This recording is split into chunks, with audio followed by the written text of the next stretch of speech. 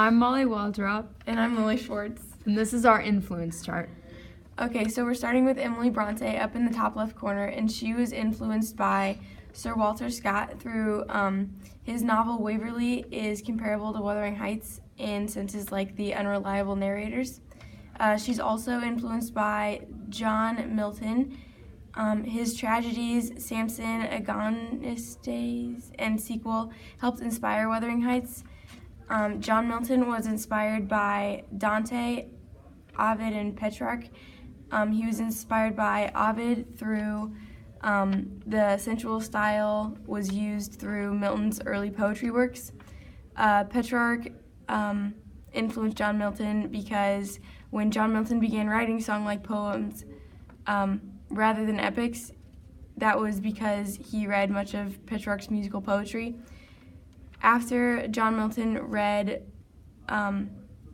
Dante's Inferno, he wrote Paradise Lost, which sort of goes off of Dante's Inferno. Dante was inspired by Virgil and Homer. Virgil inspired the entire concept of going through hell to get to heaven in Dante's Inferno, and Dante relates to Odysseus in the Inferno. Suzanne Collins was inspired by Homer because Odysseus and Katniss are both warriors and they fight obstacles in both of their stories. And then Homer also influenced Kubrick by the Minotaur maze, and because Kubrick puts it in The Shining. And then Walt Disney's idea of the Three Little Pigs rendition is used in The Shining when Jack is trying to break down the door.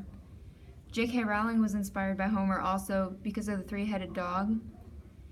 And then J.R.R. Tolkien was inspired by Homer also because the idea of Xenia was inspired by Homer. Seth MacFarlane, the creator of Family Guy, was inspired by Homer also because the main character, Homer, is just like, his name is Homer, and he's a lot like Odysseus, where he's kind of clueless, but he's also a very powerful warrior. And then James Dashner was also inspired by Homer because he had to, in the Maze Runner, he had to go on a long journey through a maze, and there was monsters as obstacles.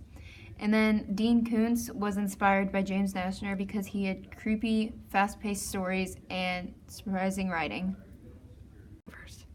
Emily Bronte was inspired by Shakespeare. When she read his tragedies, they went to influence her work Wuthering Heights.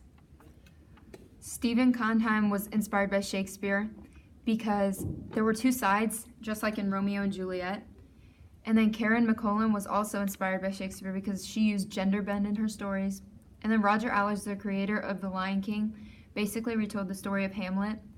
And then John Green was also inspired by Shakespeare because of the saying, "The fault due Brutus is not in our stars." Okay, Shakespeare was influenced by Chaucer and Plutarch. Chaucer's work, Parliament of Fowls, inspired the Queen Mab's speech in Romeo and Juliet, I believe. Plutarch, his work, Parallel Lives, was the inspiration for Julius Caesar, among many of others Shakespearean works. Chaucer was influenced by Boccaccio. He found his works while traveling in Italy and was inspired to write his own work based off of them. Plutarch was inspired by Plato and Menippus. Plato believed in the immorality of the soul, which played a role in many of Plutarch's works, and Plutarch's diatribes reflect the style of the seriocomic writings of Menippus.